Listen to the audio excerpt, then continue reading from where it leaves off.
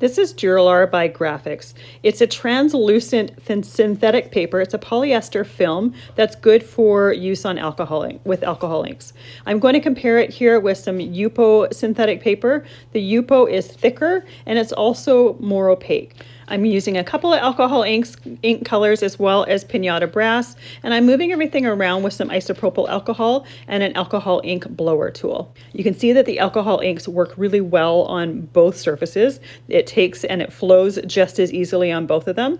I'm actually doing these to die cut later as embellishments, so they're not going to be necessarily finished pieces, but as I'm working, I'm adding a little bit more alcohol ink, a little bit more isopropyl or metallic, just depending on where I feel that it needs it.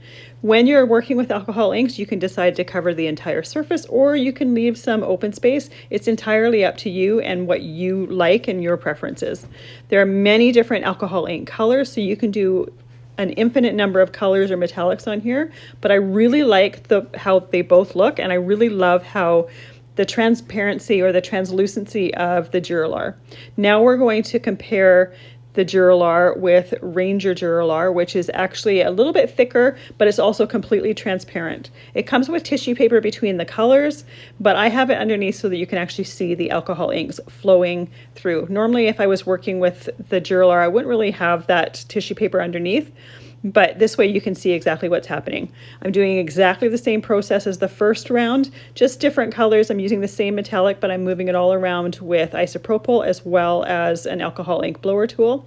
Sometimes if I find that the alcohol inks are evaporating too quickly, I'll just mist the entire thing with some isopropyl. It not only rehydrates the alcohol ink, but it also creates a really cool texture. But once again, the alcohol inks are flowing beautifully on both of these pieces. And again, especially the Dura-lar, I'm doing it to use as embellishments later, but I love how the inks blend and flow on them. And I love that transparency or that translucency of the Dura-lar from Grafix.